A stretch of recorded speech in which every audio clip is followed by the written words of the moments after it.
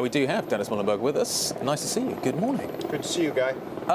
I guess we've got to talk about the MAX. So let's talk about the MAX. When are we going to see the MAX back in the air? Is recertification taking longer than you anticipated?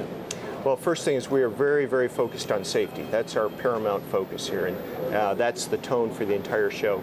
We are making good, solid progress on bringing the MAX back up, working through the certification simulation flights this week. We hope to schedule the flight test, the certification flight shortly, and then get the airplane back up in the air.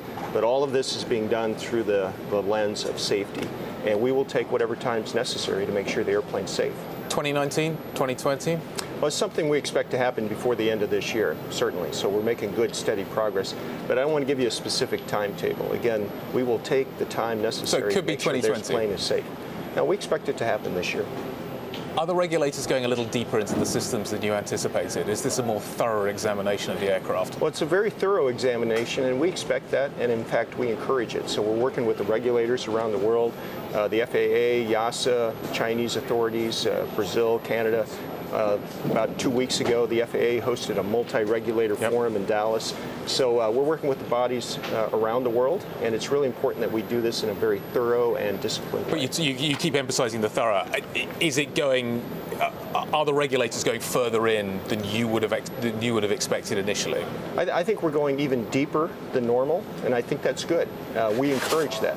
We're looking at every dimension of the MAX, the software update that we're making, but not only the airplane itself, also the training and education materials and the overall end-to-end design and certification processes. So this is a very holistic effort. Are the regulators all on the same page?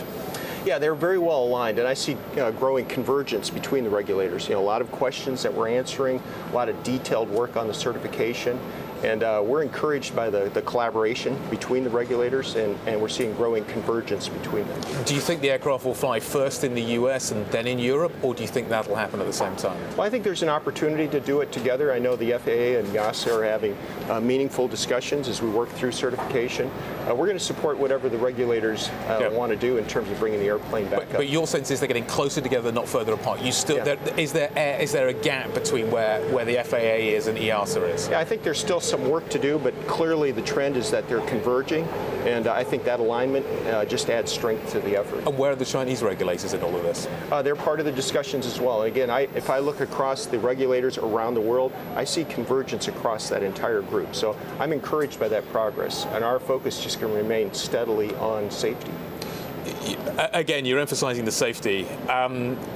You've talked a number of times already about safety and how culture is going to change. The way you develop airframes is going to change, and the way that Boeing does business is going to change. What's changed already?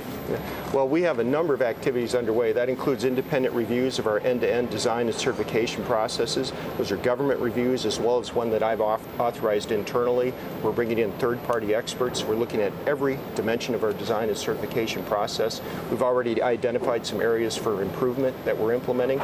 We're also looking at our communications and how we talk to our regulators, our customers, as we implement design updates, ensuring that we're transparent and that we're communicating information effectively. Those will all be improvements going forward. You've obviously got a lot of engineers on the project, and this is clearly dominating your thinking at the moment. There was an expectation that Boeing would be getting close at this point to making an announcement on what the industry knows known as a sort of NMA. This is what some people call the 797, basically a kind of 5,000 nautical mile aircraft that's designed to sit in the middle between the kind of the narrow bodies and the big heavies. 5,000 nautical miles, as I say. Where are we in that process? Presumably it is being delayed and deferred because of what's happening with the MAX. Well, we're continuing to make progress on that work. Certainly the MAX is our top priority, but we also have a dedicated team working on the middle of the market airplane. We're continuing our business case analysis. We still see that as an entry into service in the 2025 timeframe. We're working towards a authority to offer decision and then an authority to launch decision. So we'll make that decision when we're ready, but we are making steady progress. And it's important that while we're working through the MAX, we are continuing to invest in future innovation. That includes middle of the market airplane, but a number of other innovations that are here at the air show as well. Okay. Let's just stay with the NMA for the moment, if I could. Has there been any serious discussion about benching the NMA and building a new narrow body? No, we're very satisfied with the product strategy that we have today. We feel very confident in the MAX. We know we have work to do to rebuild the public's confidence in that airplane. We'll get it back up and flying safely. I'm convinced with the updates we're making to the MAX, it'll be one of the safest airplanes ever to fly. Yep. We still have more than 4,000 of those airplanes in backlog.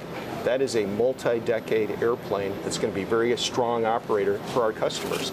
And we're confident in that product strategy. We are taking a look at the middle of the market. Airplane is the next option. But that long-term, multi-decade strategy hasn't changed. Is it fair to say, though, that you've probably pushed the MAX airframe as far as it can go, though? The next narrow body you produce will not be an extension of what you've already got. It will be a new aircraft.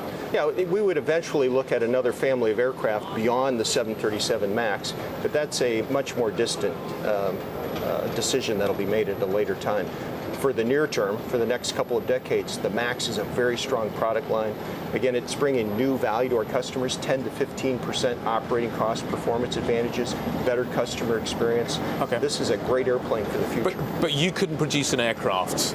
I'm sort of thinking tactic. You couldn't produce an aircraft that would satisfy customers in the narrow body segments of the market and would produce some benefits in the middle of the market as well. Is there an airframe that you think that could satisfy both of those two spaces?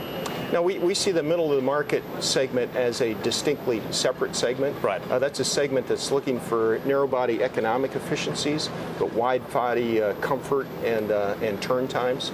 And that's why we see that middle of the market as being an airplane that can't really be satisfied by today's narrow-body or wide-body configurations. We do see that as a distinct market segment. Let's talk about the UTX merger. Happy with that? Well, we're taking a close look at it. Again, with any time we see consolidation in our supply chain, we look at that through the lens of what value does it provide to our customers and what does it do to our supply chain health. So we'll stand by. We'll be doing an appropriate analysis of that as we When do you think, I guess the question I'm asking is, do you think at this point there is any danger that you would oppose this merger? I'd stand by and wait until we complete our analysis. We really don't have any details yet, but I can tell you we will look at this hard through the lens of customer value and supply chain health. And that's something we always do with these kind of actions. One final quick question. Let's talk about the new Air Force One aircraft. A, have you seen the president's color scheme that he is putting on the new? It is going to be a 747, isn't it? So we're going to see you very much involved with this. When do you think we're going to see the new Air Force One flying as well? Well, we're very honored to support the president and the U.S. government with the Air Force One. It's a product that we've been honored to support for multiple decades, and they did make the decision to go with the 747-8 as the next Air Force One replacement. We are actively working on that product right now. We have 2 airplanes that are in modification, working with the U.S. government, and we're honored to support. When do you think we could see it flying? Well, first flight will be a couple years downstream here. We're working through the modifications right now. So this is an active, ongoing effort. Dennis Muilenburg, the CEO of Boeing. Sir, thank you very much indeed for your time this morning. Thanks, Guy.